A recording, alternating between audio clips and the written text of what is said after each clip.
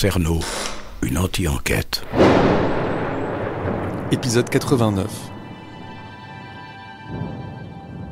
Je bois mon café et je découvre que la petite fille d'Hélène Rose, Catherine, m'a envoyé un mail cette nuit.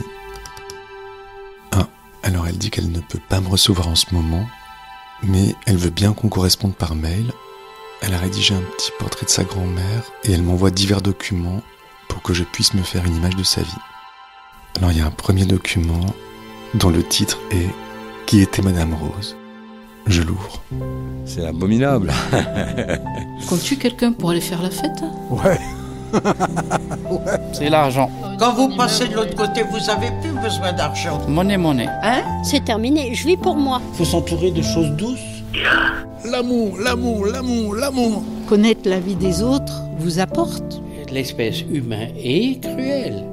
Les yeux de Paulin étaient rouges. L'inconnu est partout. Hein, mon Renoir? Tu m'aimes? Elle avait un vieux manteau en poil de chameau. Cerno.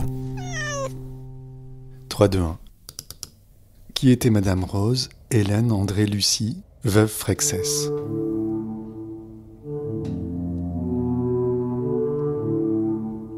C'était une femme de taille moyenne, entre 1m62 et 1m66, cheveux blonds dans sa jeunesse, qui sont devenus blancs vers la cinquantaine. Sa famille était une famille recomposée. Du côté de sa mère, il y avait 5 frères et sœurs, et du côté de son père, elle avait une sœur. Elle, la petite dernière, était issue de cette recomposition familiale. Son père et ses frères ont fait la Première Guerre mondiale, l'un d'eux a même été gazé, ça ne l'a pas empêché de vivre jusqu'à 97 ans, et tous ont survécu. Je ne connais rien de son enfance. Elle n'a été à l'école que jusqu'à ses 10 ans, puis a travaillé en atelier, je crois que c'était dans la maroquinerie. Elle a vécu dans la rue de la Fontaine-au-Roi, d'abord au numéro 57, là je pense qu'il y a une erreur, puis au numéro 66. Mariée en 1935, mère d'un seul enfant car peu de temps après elle a fait une infection, elle est devenue mère au foyer après son mariage. Son mari, mon grand-père, s'était porté volontaire dans l'armée pour venir au secours du roi du Maroc, fin des années 30. Il en est revenu invalide car un éclat d'obus lui avait bousillé une partie de sa hanche droite. Durant la Seconde Guerre mondiale, il était travailleur volontaire en Allemagne, travailleur volontaire entre guillemets. Malgré toutes les épreuves qu'elle a subies, de guerre, elle avait un bon caractère positif. Elle savait écouter sans juger, était curieuse de nature, autodidacte. Elle écrivait dans des cahiers ou sur des bouts de papier les choses qu'elle avait apprises. Ça pouvait être une recette de cuisine, une recette pour le lavage des cheveux, ou pour avoir une belle peau, l'histoire d'une ville, d'une personne célèbre, d'un lieu, d'un mot, d'une maladie, enfin bref, tout et n'importe quoi. Elle a beaucoup voyagé, surtout en France, et dans quelques villes ailleurs. Amsterdam, Bruxelles. C'était de très courts séjours, mais elle notait toujours quelque chose de ses voyages dans ses carnets. Nous avons retrouvé dans ses affaires toute une boîte de cartes postales, envoyées à ses proches ou amis. Ce n'était pas le genre de personne à se morfondre dans son appartement. Bien qu'elle ne roulait pas sur l'or, le fait de payer un très petit loyer car son logement n'avait pas d'eau chaude, ni de toilette, ni de salle de bain, elle était économe. Sa garde-robe entière tenait dans sa penderie 2 ou 3 robes, 2 ou 3 jupes avec quelques hauts, 2 manteaux, une gabardine, 3 paires de chaussures et une paire de chaussons. Elle était toujours quelque part, en visite dans la famille, chez des amis, au musée, en voyage d'agrément. Elle était passionnée d'histoire, de France, du monde. Elle adorait écouter Pierre Bellemare à la radio et n'aurait raté son émission pour rien au monde. Jusqu'à mon adolescence, je ne me confiais pas trop à elle. J'avais des rapports assez conflictuels avec ma mère, et si je me confiais à ma grand-mère, eh bien, vous savez comment sont les grands-mères. Tout se répète, et malheureusement ça se retournait contre moi. Donc j'avais appris à tenir un peu ma langue. Puis à l'adolescence, quand je suis devenue jeune fille, j'ai carrément demandé à ma grand-mère de garder pour elle tout ce que je pouvais lui confier. Elle est donc devenue ma confidente. J'ai développé ainsi des relations avec ma grand-mère que j'aurais dû avoir avec ma propre mère. Elle m'a emmené ainsi en voyage avec elle 2 ou 3 fois, voir de la famille à Nice et à Cannes. Je suis allé à La Rochelle aussi, à Trouville. J'allais avec elle dans des musées. Bref, je m'entendais très bien avec elle. Et l'année de sa mort, les rapports à la maison étant assez tendus, j'avais l'intention de lui proposer de vivre avec elle quelque temps. Le temps de me trouver un travail, j'étais au chômage. Je pensais lui en parler à sa prochaine visite, ce qui n'a jamais eu lieu. Vous savez pourquoi.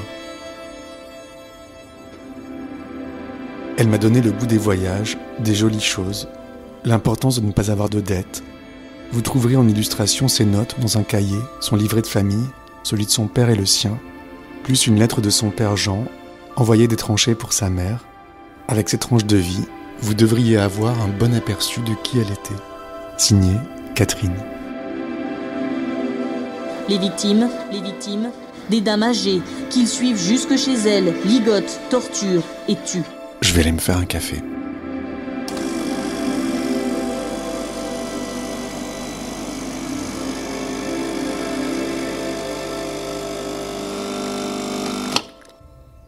Ensuite, il y a un PDF intitulé Carnet de notes. Et donc là, Catherine m'a scanné quelques pages d'une écriture très belle, très régulière, appliquée. Pour le lait, pour conserver par température orageuse du lait, mettre dans 1 litre une bonne pincée de bicarbonate de soude. Pour garder des œufs frais, mettre dans une boîte en bois remplie de sciure de bois, bien propre. Pour économiser bougies, mettre un peu de sel dessus. Nettoyer colveston avec pommes de terre râpées. Pour le café, ça m'intéresse. Pour conserver assez longtemps une petite quantité de café, mettre dans boîte fermée après l'avoir saupoudré avec du sucre poudre. Ensuite, signification nom et prénom. Rose. Breton rose, R-O-Z, égale roc. Hélène, grec, Helena, entre parenthèses, éclat du soleil. Robert, germanique, gloire, brillant. Je pense que c'était son fils. Catherine, donc sa petite fille, vierge martyre. Nom grec mystique, égale pur, etc., etc. Quelques mots grecs. Kalimera égale bonjour. Kalinieta égale bonsoir. Kyrie égale monsieur. Et après, j'arrive plus à lire. Ensuite, intelligence-service, c'est souligné. L'intelligence-service est en réalité une sorte de ministère avec d'immenses moyens personnels. C'est une organisation unique au monde. L'intelligence-service s'occupe des finances, industrie, politique et justice, des problèmes militaires, maritimes et sociaux. Permet de mener à bien tout ce qui succomberait en pleine lumière. Cela donne toute sa force et sa résistance à ce puissant organisme. Et enfin, il y a une note sur Catherine de Médicis. Duchesse née à Florence, 13 avril 1519, dernière descendante d'une grande et puissante famille florentine qui possédait des banques dans 16 capitales d'Europe. Orpheline à 1 mois, parents décédés à 27 et 18 ans, berceau entre 2 cercueils, et elle mourut à Blois, 5 janvier 1589, à l'âge de 70 ans. Épousa à 14 ans le fils de François Ier, Henri d'Orléans. Entre parenthèses, elle aima beaucoup la France, mais trouvait les Français bien durs à gouverner. Donc je trouve que ces carnets font un beau portrait d'elle. On voit un peu quelle personne c'était. On lit sa curiosité, son enthousiasme. Elle écrivait plutôt bien, je trouve. Et on lit son ouverture. Une certaine vitalité peut-être. Ensuite, il y a une lettre du père d'Hélène Rose, en 1915, alors qu'il était au front pendant la Première Guerre mondiale. Et donc Hélène avait 6 ans. Donc c'est sans doute lui le cordonnier du 9 passage des Soupirs. Ma petite mère chérie. Il s'adresse donc à sa femme, je pense. Aujourd'hui, un peu de répit me permet de t'écrire plus longuement. Je me porte bien, mais je suis plus loin de toi et tout près des Boches. Nous travaillons au son du canon, nous mangeons et dormons au son du canon, et du matin au soir le son du canon. Nous sommes dans la boue jusqu'aux chevilles, quand ce n'est pas jusqu'aux mollets, de temps en temps quelques marmites qui arrivent par-ci par-là. Et sois tranquille, ma mémère chérie, je te reviendrai et ne te fais pas de bile. Je crois que ça ne tardera pas, car on va tenir compte, pour notre âge, de l'endroit périlleux dans lequel on nous a menés. On en parle en ce moment. Donc ma petite mère, du courage et encore un peu de patience. Comme je te l'ai dit, nous n'avons pas de tabac. Si tu peux m'en envoyer, sans te priver surtout, c'est souligné 2 fois. J'en serai content. Si tu vois Charles et Madeleine, François et Maria, dis-leur qu'ils m'écrivent. Je n'ai pas encore senti autant le désir d'avoir de leurs nouvelles que maintenant. Écris à nos fils et dis-leur mon adresse. Je ne peux pas leur écrire, c'est la dernière enveloppe que j'ai. Et encore on me l'a donnée. Embrasse Madame Boé et Madame Levesque pour moi. Enfin bonjour à tous.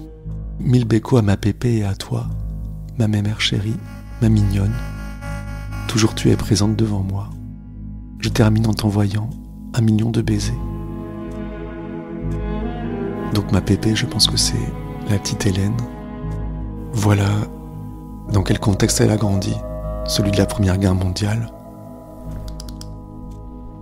Ensuite, Catherine m'a envoyé un livret de famille. On voit donc que son père était bien cordonnier et sa mère, donc Anne-Marie Hélène Lozé, était blanchisseuse. Le père d'Hélène Rose est mort en juillet 1920, donc quand Hélène Rose avait 11 ans.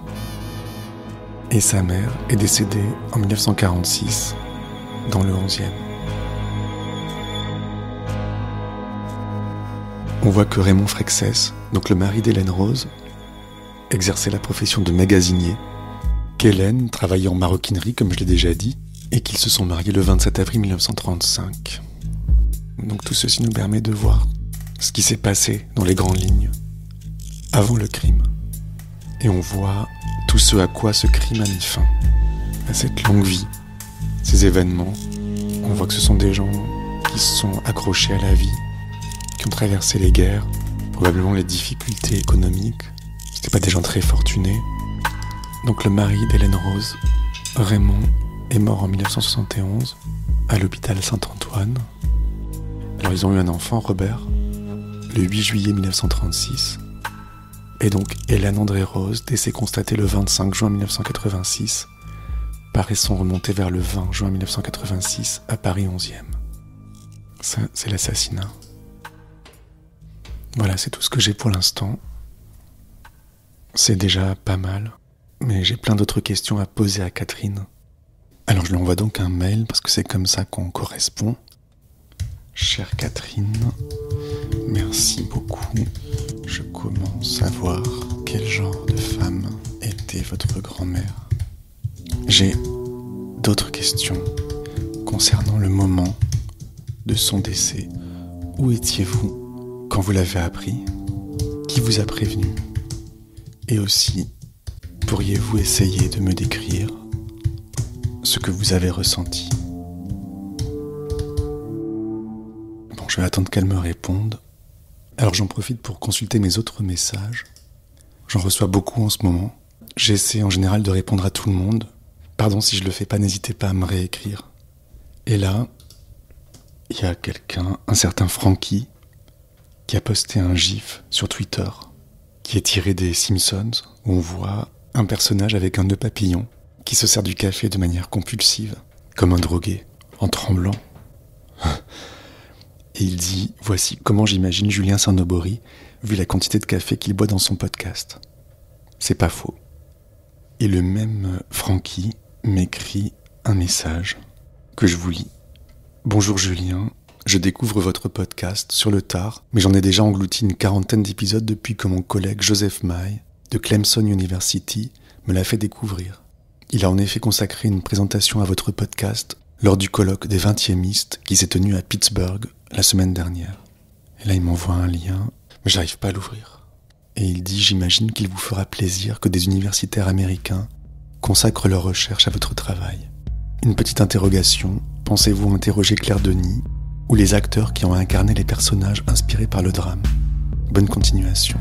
Signé Francky. » Alors, c'est pas fou non plus, je suis content et surpris que des universitaires américains se penchent sur Cerno. Et quant à Claire Denis, donc c'est une cinéaste qui a réalisé un film dans les années 90 qui s'appelait J'ai pas sommeil, qui est un très bon film et qui est inspiré de l'affaire Paulin. Et beaucoup d'entre vous me posent la question de savoir si j'ai l'intention de l'interviewer ou pas. Eh bien pour l'instant la réponse est non, parce que je l'avais interviewée il y a une dizaine d'années, quand je travaillais pour France Inter, et qu'elle avait été extrêmement désagréable avec moi. Et pour moi c'était une mauvaise expérience. Mais je vous conseille quand même de regarder ce film J'ai pas sommeil. Je vais me refaire un café en attendant la réponse de Catherine.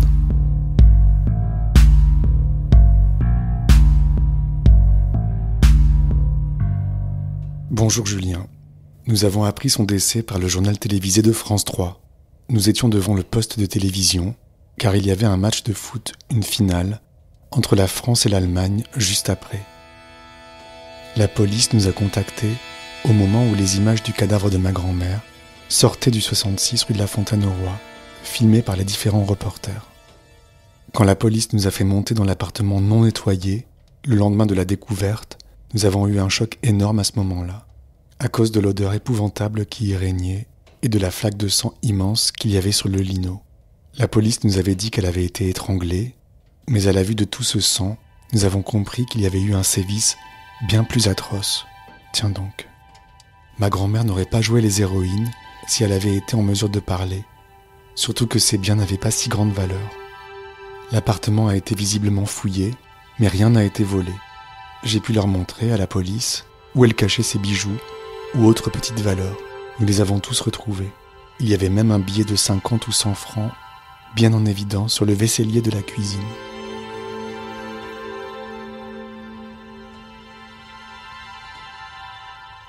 L'appartement a été réquisitionné pour enquête pendant presque 1 an.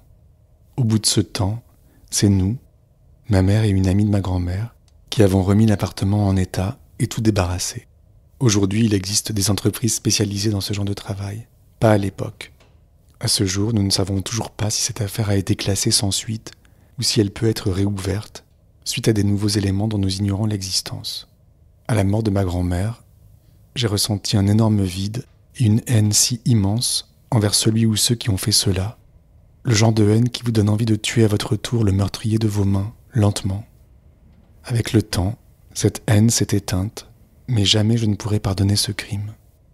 Sur les 33 ou 34 crimes qui ont eu lieu pendant cette période, seule une partie a été attribuée à Thierry Paulin ou son complice. Si ce n'est pas eux, alors il y aurait un 3e homme, un opportuniste avec le même mode opératoire, point d'interrogation. Voilà ce que je pouvais rajouter. Bonne journée. Signé Catherine. Alors j'ai encore des questions. Vous aviez évoqué dans votre commentaire sur YouTube les conséquences sur votre famille. Pourriez-vous, s'il vous plaît, développer ce qu'il s'est passé à la suite de l'assassinat? Pour votre père, votre mère, votre frère et vous-même. En parliez-vous ensemble? Est-ce que vous y pensiez? Quelles sont, selon vous, les séquelles que vous avez tous subies?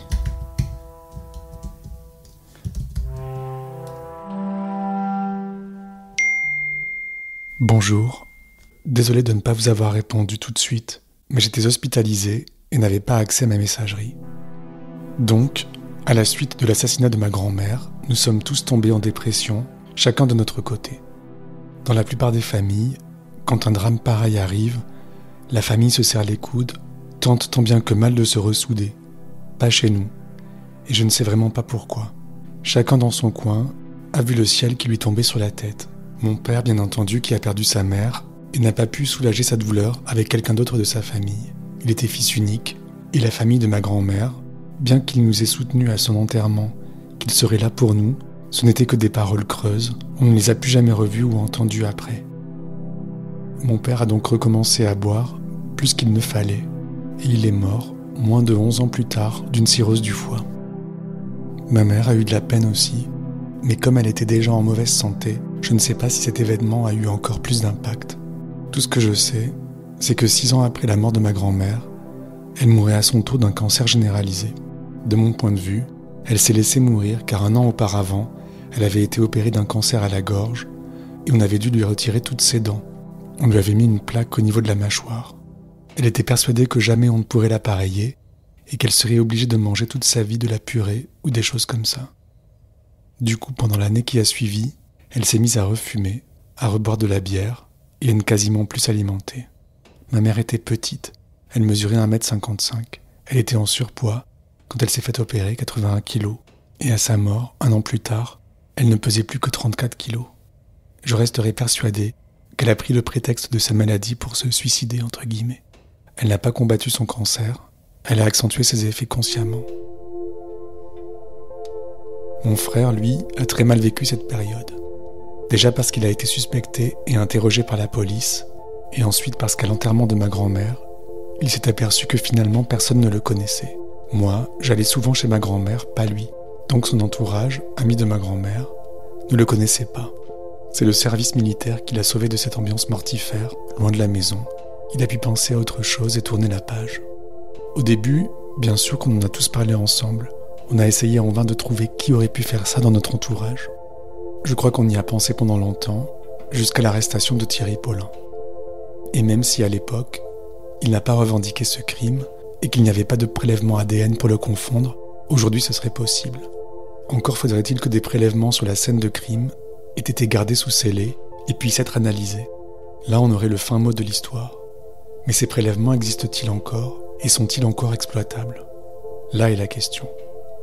Cordialement, Catherine.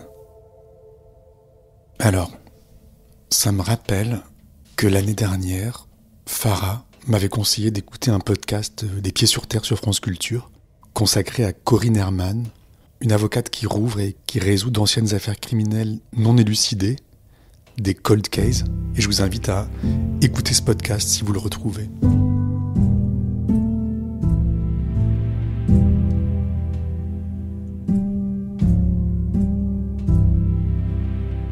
« 3, 2, 1. J'ai des nouvelles de Catherine. Bonjour. En vous répondant hier sur l'impact psychologique qu'a eu la mort de ma grand-mère sur ma famille, j'ai oublié de vous parler de son impact sur moi. Comme déjà dit dans mon message d'hier, ma famille n'était pas trop câlin. Il n'y a jamais vraiment eu d'épanchement d'amour parental ou fraternel. Vous savez, des gestes de réconfort, des paroles rassurantes ou d'encouragement, des baisers, autres que ceux pour se souhaiter le bonjour, bonsoir. Ma mère, qui n'a pas connu sa propre mère, puisque ma grand-mère maternelle est morte à 27 ans de la tuberculose, alors que ma mère avait 4-5 ans, a été élevée par les sœurs, puis vers 13 ans par mon arrière-grand-mère. Donc elle n'a jamais connu l'amour d'une mère et les gestes qui vont avec. Quant à mon père, c'était un traumatisé de la guerre d'Algérie. Il y a passé 3 ans de sa vie, plus 1 an avant en Allemagne. Il en est revenu agoraphobe et claustrophobe, et de l'avis de son psy, qu'il a suivi pendant 1 ou 2 ans après son retour d'Algérie, il n'était pas prêt pour une vie en couple. Malheureusement, à l'époque, quand votre petite amie tombait enceinte, il était de bon ton de réparer, entre guillemets, par le mariage. Et c'est vrai que mon père, bien qu'il donnait sa paye à ma mère pour les frais de la maison, tout en gardant une partie pour lui, vivait presque comme s'il était célibataire. Il s'impliquait très peu dans la vie familiale, il fuyait presque le foyer, partait à 5h30 de la maison pour arriver à 7h au travail, 10 minutes de route en vélomoteur, mais une bonne partie avant au bistrot. Arrêt du travail à 17h, mais à la maison seulement à 19h30, au bistrot entre-temps. Manger à 20h, 22h maxi au lit, et les week-ends au bistrot, à jouer au billard ou à la pêche, si le temps le permettait. Autant dire qu'on ne le voyait pas beaucoup. Donc ce manque d'amour de la part de mes 2 parents m'a énormément manqué. Cet amour, cet intérêt, je le trouvais chez ma grand-mère. Elle s'intéressait à ce que je lui disais, mes espérances, mes doutes, mes goûts, mes projets. Je pouvais me confier à elle. Quand elle a disparu, je me suis de nouveau retrouvé seul dans une maison pleine de monde. J'ai fait ma 2e, plus grosse dépression à ce moment-là, de celle qui vous donne envie de mourir. Tous les jours, je pensais à la mort. Comment y parvenir de manière rapide, sans souffrance et proprement. Et chaque soir, je priais pour mourir dans mon sommeil. Si à l'époque, j'avais trouvé une petite pilule qui permette de partir, je l'aurais prise sans problème. Ce qu'il y a de pire, c'est que ma dépression est passée, comme la première d'ailleurs, j'en ai fait une vers mes 6 ans, totalement inaperçue. J'étais au chômage, et ma mère qui n'arrêtait pas de me tanner pour trouver du travail, absolument incapable de voir à quel point j'allais mal. J'en pleurais en silence dans ma chambre, et chaque remontrance était comme un coup de poignard en plein cœur. Ce qui m'a sauvé, c'est l'ouverture d'un journal intime, où j'ai écrit dedans tout ce qui me passait par la tête, afin d'y déverser ce trop-plein d'émotions négatives. Puis peu après, j'ai trouvé un travail, un CES auprès de la préfecture du Val-de-Marne, au service du préfet. Ce n'était que temporaire, pour 1 an, mais ça m'a fait du bien. Les pauvres n'ont pas les moyens d'aller chez un psy, alors on se débrouille comme on peut. Aujourd'hui, j'ai les moyens d'aller en voir un, mais il y a tellement de choses à dire, à faire remonter. J'ai peur que ça me fasse plus de mal que de bien. Allez, c'est tout pour aujourd'hui. Bonne journée, Catherine. Alors merci beaucoup à Catherine. Je pense qu'on a désormais un portrait plus précis d'Hélène Rose et qu'on commence à mesurer une partie des conséquences de son assassinat. Maintenant, il y a une piste que j'avais mise de côté et que je dois suivre à présent, c'est celle des fantômes. Je me demande souvent pourquoi cette histoire m'est tombée dessus le soir du réveillon. Est-ce que ce serait Hélène Rose elle-même qui serait venue me trouver par l'intermédiaire d'Irène et Mikhaïl pour pouvoir enfin raconter son histoire, nous toucher, permettre à sa petite fille d'exprimer son chagrin, peut-être même de rouvrir l'enquête, qui sait. Ou alors ce serait le tueur lui-même, peut-être Thierry Paulin, qui, tourmenté, chercherait une délivrance. Est-ce que je délire en vous disant ça? En tout cas, en tant qu'anti-enquêteur, je ne dois négliger aucune piste. Hélène avait l'âge de cette dame. Je contacte Vinciane Després, une philosophe qui a travaillé sur ces questions, celle des manifestations des morts auprès des vivants. Depuis vendredi, ses voisins ne l'avaient pas vue. Et qui vit en Belgique. Et cet après-midi, on a découvert son corps, ligoté. Hélène était morte depuis 5 ou 6 jours. À suivre.